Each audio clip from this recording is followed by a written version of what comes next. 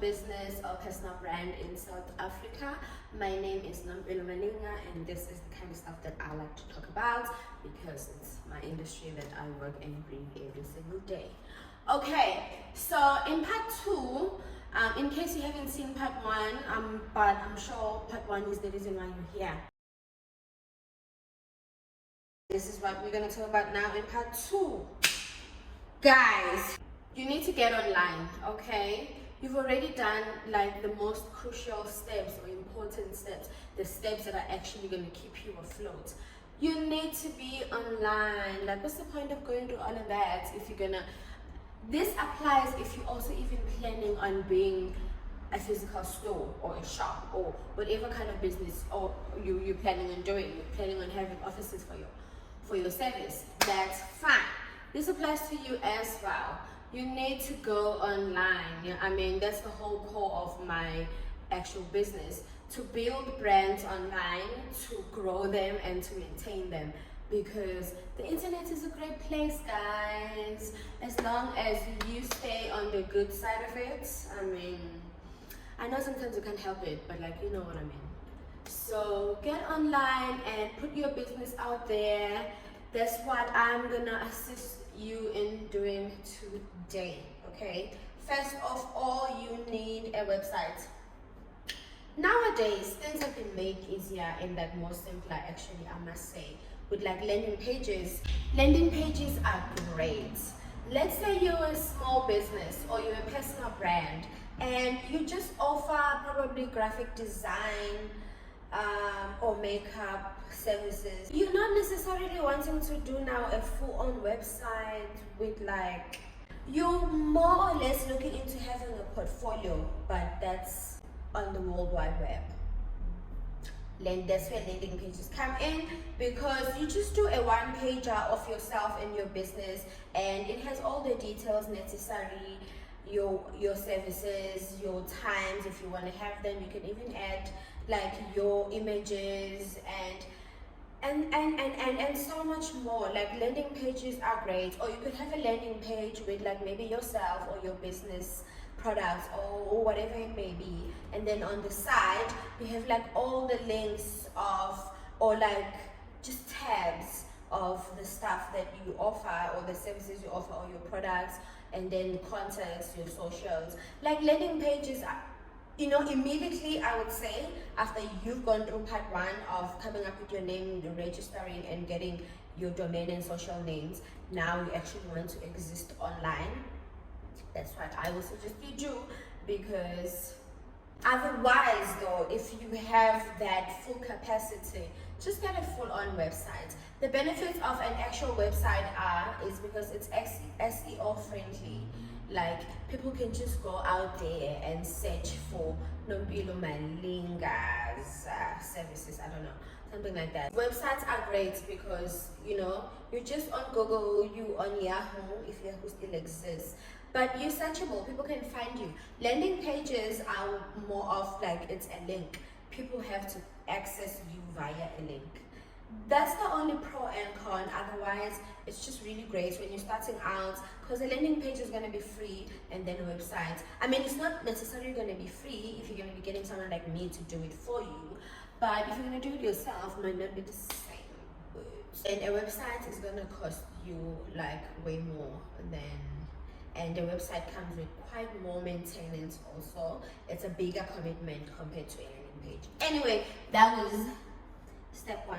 Step 2, after you've gotten your business, your brand, yourself, a landing page or a website, you now need to find an SEO friendly social media platform, or like social platform, like a blog or a YouTube or a podcast. I would say a podcast as well. The reason why you need these is because they're longer, they take up more work, but again, they are SEO friendly, meaning you can be searched and you can be found, and this can be intentionally or unintentionally because of the topics and the content that you share. So it's great. I suggest you be on a long platform, SEO friendly platform, with like a YouTube or a blog, depending on your skills or what you like or what you enjoy or where your market is. It's as easy as that. And what makes this even easier is because you now are easily able to repurpose content from this long form platform to like social media. So it's great. Let's say you're an entrepreneur, you're a social media manager like me, where you're doing quite a bit of accounts, or it's a small business and your capacity isn't as, so it makes it easy for you to stay out there, to be on that maintenance side of your online presence, because you do one long piece of content and then you repurpose it into shorter content pieces, like a short form video for your TikTok or for a reel, or you just do like carousel or one post, or you could do multiple threads on Twitter. Like, it just makes it so much easier if you first start off with like a long form platform like a YouTube or a blog. In order for you to repurpose your content from the long form platform that you've chosen, I would suggest that you pick like 2 social media platforms, at least 2. You don't want to do a lot because it's gonna overwhelm you, especially if you're new, especially if like you are launching a brand, right? You're launching a business. Even if you have all the capacity in the world, you just need to take it. You ease yourself into anything, including social media. So, and also because this is work, it's really a lot of work. Taking on a lot of social media platforms at once can just kind of derail you compared to you picking 2. For example, I suggest you start off with 2. You put your all into that 2. You focus on that 2. Mainly Instagram. Nowadays, you just gotta like work with Instagram, and then you can pick like a TikTok or a Facebook or a Twitter, or let's say maybe you're a realtor. I always suggest that you be on LinkedIn if you're a real estate business. But however, you can still have Facebook, Instagram, and like LinkedIn, things like that. Like, you pick the social media platforms that work really well with your industry, and you just do well on them. You understand how they work. You understand what the kind of people that are interested in you as a brand, in you as a service provider. What do they like? What kind of content do they consume? What do they need? How are you going to be there for them?